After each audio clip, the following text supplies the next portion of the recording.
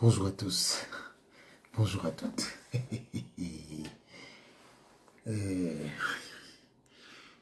Je voulais vous lire un discours du ministre des Sports congolais, M.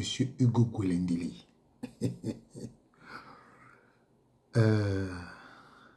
Avant de donner mon avis, je vais donner mon avis en lisant la lettre. Parce que il faudrait que les gens arrêtent dans nos pays africains de penser qu'ils sont plus intelligents que les autres. Monsieur Hugo Gwelendele, peut-être que vous semblez minimiser la situation, mais sachez que les Congolais sont déjà assez malheureux comme ça pour que vous continuiez de jouer sur leurs sentiments. Voici le discours de M. Hugo Gwelendele à la presse. Mesdames et messieurs représentants de la presse, le contexte particulier qui nous réunit ce jour porte sur la crise que traverse actuellement la Fédération congolaise de football. En vous remerciant d'avoir répondu présent à ce point de presse, j'ose espérer qu'au terme de celui-ci, à la lumière de notre connaissance et de la perception de cette crise, chacun se fera une opinion. Monsieur le ministre, vous jouez avec les mots parce que vous-même, vous savez que vous êtes l'instigateur avec M. Véron Moussengo de la CAF de cette situation. Parce que à la réalité, M. Véron Moussengo vous a fait croire que parce que M.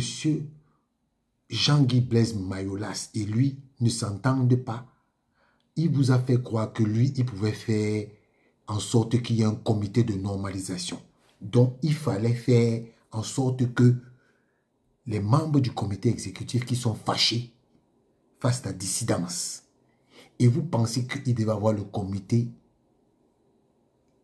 de normalisation. Voilà pourquoi vous êtes restés à accobouter sur vos chevaux. Et quand vous dites que chacun se fera son opinion, la première opinion que tout Congolais et tout Africain doit se faire, c'est que la FIFA vous a demandé quelque chose.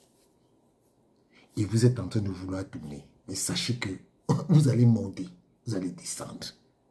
Vous ferez ce que la FIFA vous demande de faire.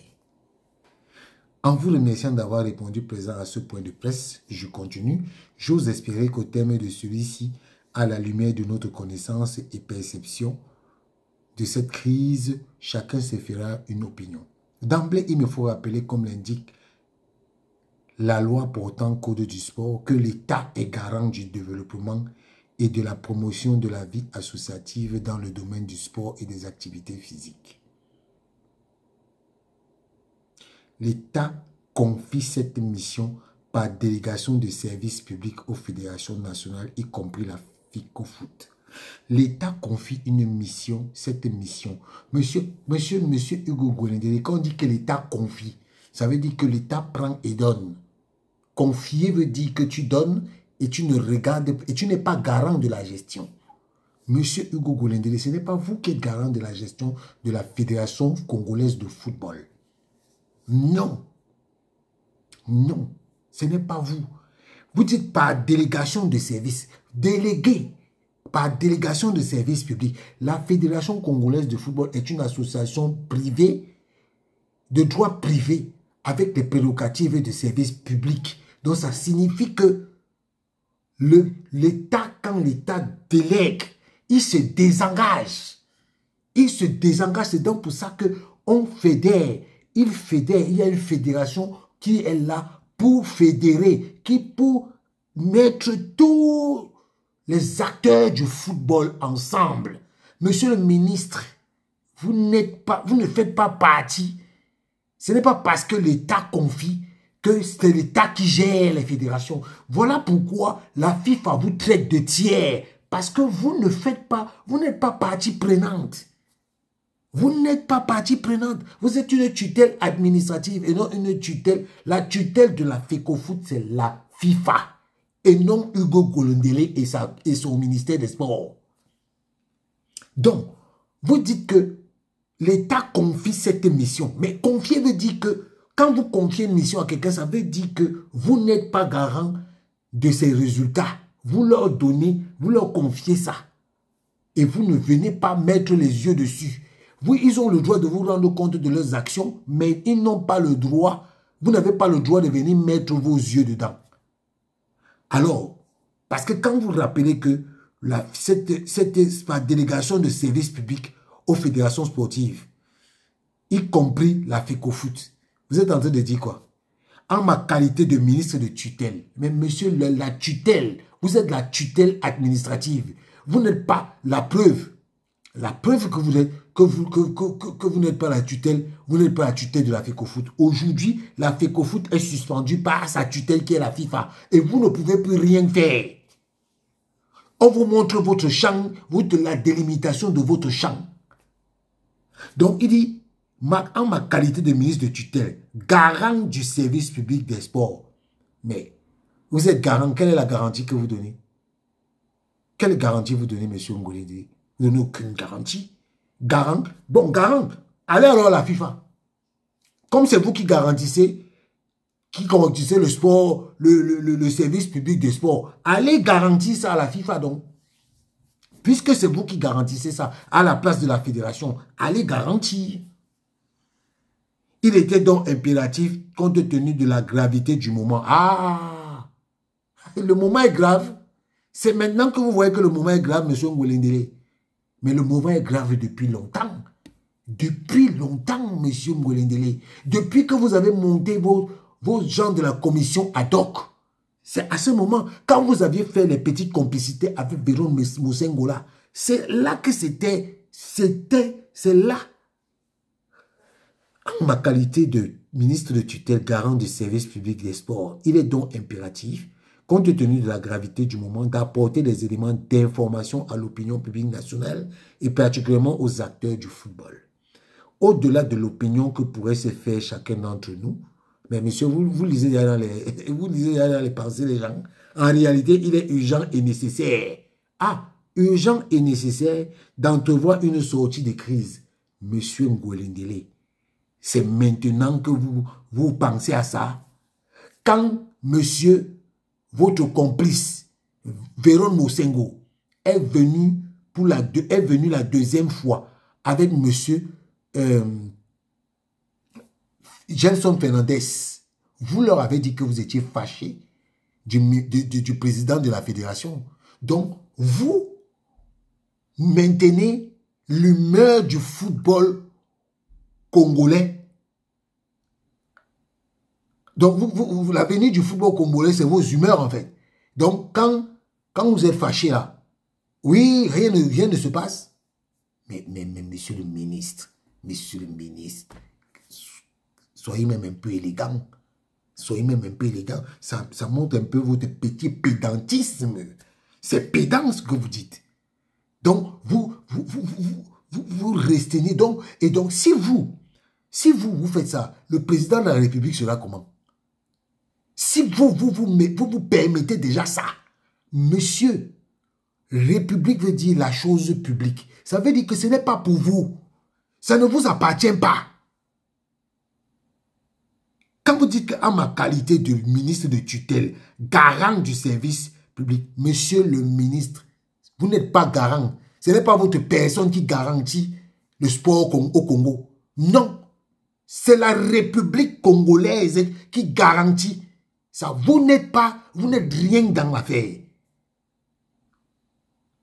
Donc, au-delà de l'opinion qu'on pourrait se faire, en réalité, il est urgent et nécessaire d'entrevoir une sortie de crise, mais surtout d'examiner et de définir avec l'ensemble des acteurs du football les meilleures perspectives possibles pour la sortie, des meilleures perspectives pour la sortie. Hein, c'est quoi? il est urgent et nécessaire d'entrevoir pour la sortie de crise, mais surtout d'examiner et de définir l'ensemble, avec l'ensemble des acteurs du football, les meilleures perspectives possibles pour la gouvernance de cette discipline. Monsieur Ngolendele, vous avez lu ça. Vous avez lu ce que la FIFA a dit.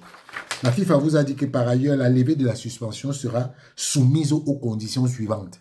Je vous rappelle ça, si vous ne voulez pas le dire au public congolais. Redonner le contrôle total du siège de la FECOFOOT, du centre technique d'Igné et des autres installations de la fédération au comité exécutif de la FECOFOOT dirigé par M. Jean-Guy Blaise Mayolas. Monsieur Ngolende, c'est pas en bon français, hein, en très bon français. Dieu seul sait que ce sont les Suisses qui ont écrit. Mais ils ont écrit en très bon français. Redonner le contrôle total du siège de la FECOFOOT, du centre technique d'Igné et des autres installations de la fédération au comité exécutif de la FECOFOOT dirigé par M. Jean-Guy Blaise Mayolas et son administration. Renoncer à toute tentative de changer les signataires autorisés des comptes bancaires de la FECOFOOT et redonner le contrôle total aux signataires reconnus par la FIFA. Déclarer invalide ou annuler toute décision juridique ou autre autorisant la commission ad hoc que vous avez mis là à exercer un contrôle ou une autorité quelconque. Monsieur le ministre, tous coopérer pleinement pour permettre à la FECOFOOT de gérer ses affaires courantes sans subir l'influence induite de la part d'un tiers. Le tiers là, monsieur, c'est vous. Donc ce que vous préconisez là, vous mettez hors jeu. Vous êtes hors jeu. Vous n'avez même pas le droit de parler. Monsieur le ministre, à partir du moment où tout ça est dit là, ce que vous dites dans votre discours, c'est de nul et nul effet.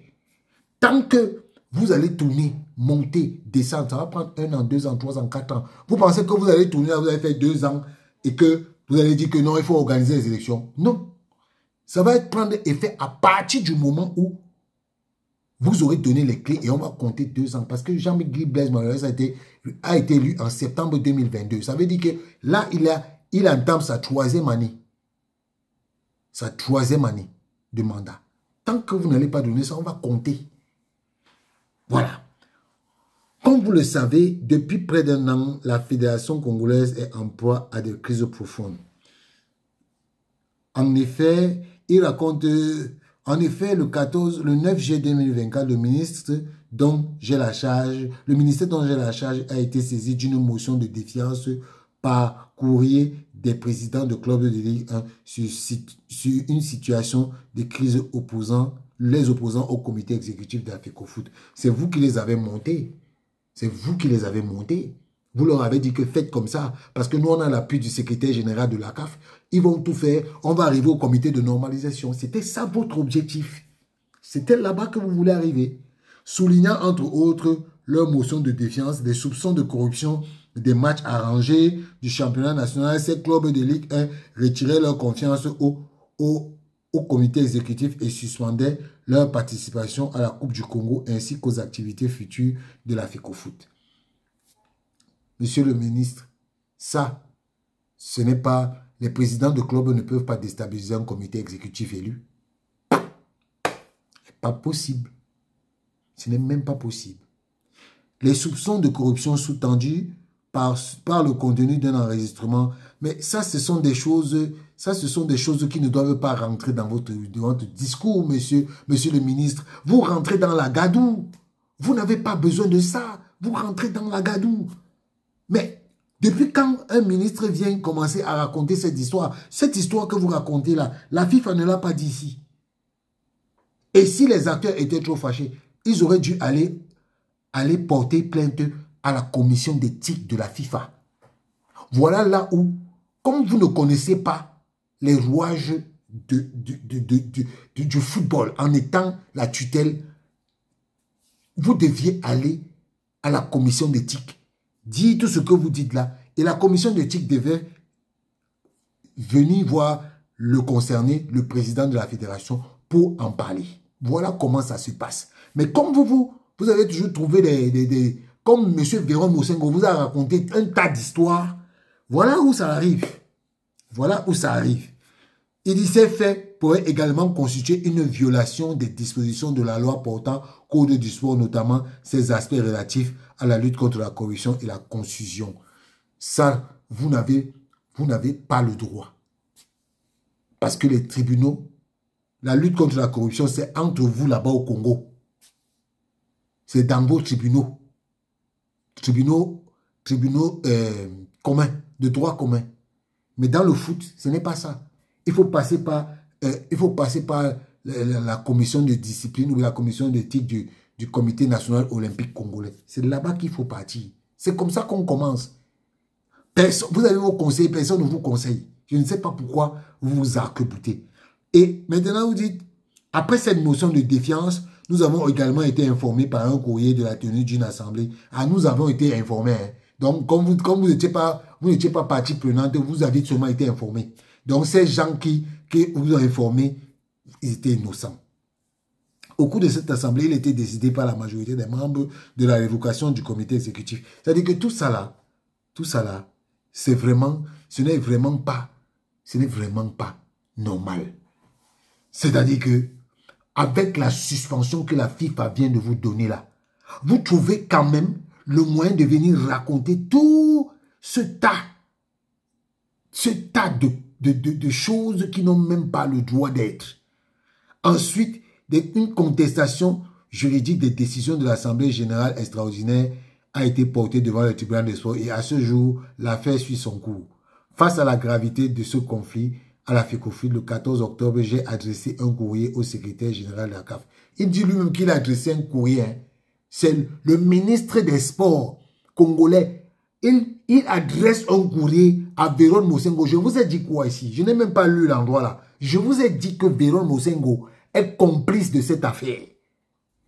J'ai adressé un courrier au secrétaire général pour porter à sa connaissance la crise actuelle et lui signifier que depuis quelques années, la FECOFOOT est confrontée à des difficultés sérieuses de gouvernance qui ont conduit récemment aux tensions croissantes. Ce n'est pas le secrétaire général de la CAF ne s'ingère pas dans les affaires d'une association nationale. Ce n'est pas son rôle. C'est pour ça que je vous dis, monsieur le ministre, vous êtes à porte-à-faux avec tout. Déjà, vous n'avez pas le droit d'écrire au secrétaire général de la CAF. Il reçoit votre lettre, il doit la mettre à la poubelle. Mais comme il est complice avec vous, il ne peut pas, il va toujours vouloir vous raconter des histoires. Parce que même ce secrétaire général-là, il ne connaît rien, même l'administration ne connaît rien. Si vous ne savez pas, le secrétaire général de la CAF dont vous parlez là, il envoie les lettres aux associations nationales en appelant des fédérations, la fédération tanzanienne, nigérienne. C'est écrit.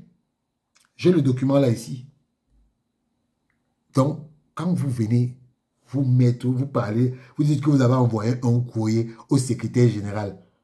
Le secrétaire général de la FECOFOOT ou le secrétaire général de la CAF ne commande pas le président de la FECOFOOT.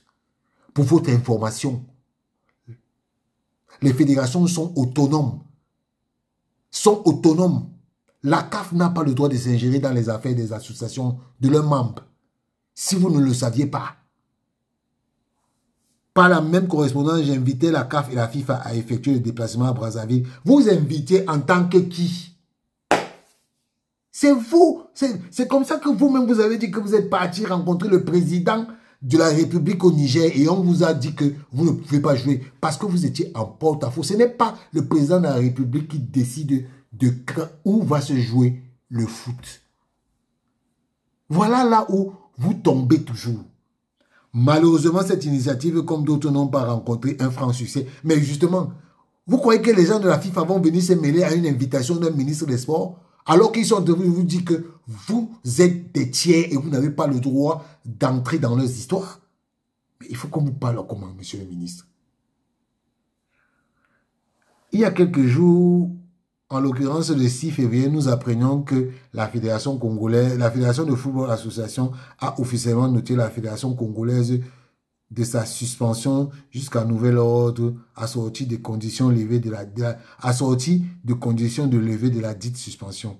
Ceci implique la perte immédiate des droits de membres, l'interdiction, l'exclusion de la FECAFOOT, la lecture. Cette suspension est une sanction sans précédent pour notre pays qui affecte profondément nos joueurs, nos clubs, nos officiels, nos supporters et donc l'ensemble de la communauté nationale, sportive nationale. Il est vrai que cette sanction est une lourde épreuve pour nous tous, mais ne pourrait pas constituer une opportunité d'introspection et d'interrogation profonde. C'est maintenant que vous voulez faire l'introspection et l'interrogation profonde, monsieur le ministre. Oh là là. Ne devrait-elle pas nous inviter à rompre définitivement avec les défiances du passé et bâtir une nouvelle gouvernance du football? Monsieur le ministre, avant toute autre suggestion, la FIFA vous a déjà dit ça ici. Tant que vous n'allez pas faire ça,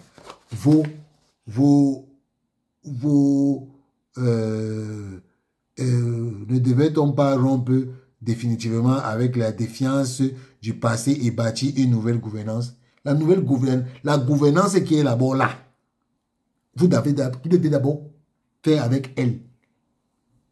C'est ça la condition sine qua non, avant toute autre chose. Vous venez maintenant dire que pour ainsi améliorer les performances de l'équipe du Congo et mieux la préparer aux compétitions, les autorités de l'époque avaient... Oui, il dit que la belle histoire de notre pays nous rappelle qu'en raison de la débâcle nationale à Asmara, l'option d'une trêve volontaire avait été levée par le gouvernement. Mais c'est vous de voir, hein. Si c'est ce que vous voulez nous dire, que vous allez faire la trêve là. Quand vous allez finir la trêve, monsieur le ministre, vous allez rappeler monsieur Jean-Guy Blaise Mayolas et son administration. La FIFA va vous donner place. Tant que ce n'est pas comme ça, je pense que vous êtes en train de vouloir jouer un jeu qui va vous caler au cou.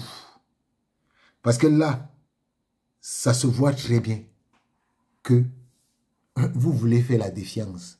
Allez-y, mais vous verrez. Sachez que tout ce qui va se passer là, ça ne se passera pas tant que vous n'aurez pas donné le contrôle total à M. Mayolas.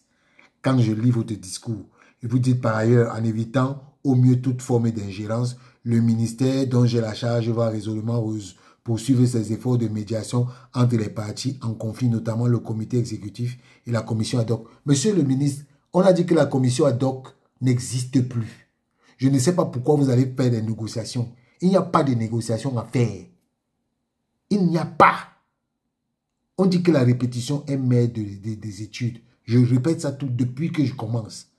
Et vous allez notamment le comité exécutif pour la recherche des compromis nécessaires à la sortie des crises. Monsieur le ministre, la sortie des crises est là. La FIFA vous a donné la solution. Et à la levée de la suspension, la FIFA vous a donné la solution. L'avenir de notre football dépend de notre capacité collective à reconstruire sur des bases saines et durables. La FIFA vous a donné des recommandations. C'est pourquoi nous lançons un vif et présent appel à l'ensemble des acteurs du football, notamment les joueurs, les supporters, les dirigeants, les médias, les supporters, à se rassembler pour la relance du football congolais. La relance du football congolais passe par de redonner le contrôle total du siège de la FECAFOOT et du centre technique digné à M. Jean-Guy Blaise Mayolas. La relance du football congolais passe par renoncer à toute tentative de changer les signataires autorisés ou autres commissions en autorisant à exercer le contrôle ou ça. Coopérer pleinement pour permettre à la FECAFOOT de gérer ses affaires sans l'implication, sans subir l'influence indue de la part de tiers. Le temps n'est plus aux divisions. Monsieur, vous avez fait les divisions. Il est à l'action collective, à la responsabilité partagée et à la construction de l'avenir. Ça là, c'est juste pour vous dire en français facile que Le ministre des Sports ne veut pas avouer sa faute. Il ne veut pas avouer sa faute. Il veut passer par des subterfuges. Mais monsieur Ngouelindile, vous allez seulement plier. Vous allez déchanter. Vous allez déchanter. Si vous ne voulez pas. En tout cas, monsieur Jean-Guy Blaise Mayolas, ne cédez à rien. Ne cédez à rien. Faites comme la FIFA a demandé. Tant que ce que la FIFA a dit n'est pas exécuté, il n'y a aucune négociation, monsieur Mayolas. Si vous négociez, vous faites des négociations qui vont à l'encontre de votre... Là, la FIFA vous a donné la clé. Si vous voulez partager votre clé, ça vous regarde. Mais ce sera à vos risques et périls. Monsieur le ministre, donnez les pleins pouvoirs au président Mayolas. Et ça s'arrête là. Les enfants congolais doivent jouer au foot. Ce n'est pas votre... Vous ne devez pas être responsable de ça. Vous ne devez pas être responsable de ça. Parce que l'histoire retiendra que quand M. Hugo Ngouelindile était ministre des Sports, on a suspendu la FECOFOOT. C'est ce que l'histoire va retenir.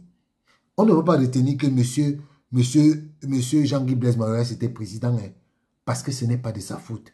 Et je pense même que ce monsieur a été trop patriote. On devait sanctionner le Congo depuis longtemps. Depuis le jour où les émissaires de la FIFA sont venus, vous leur avez fermé la porte au nez. C'était un grand manque de respect. Ils ont quand même attendu. Ils ont été patients dans votre manque de respect.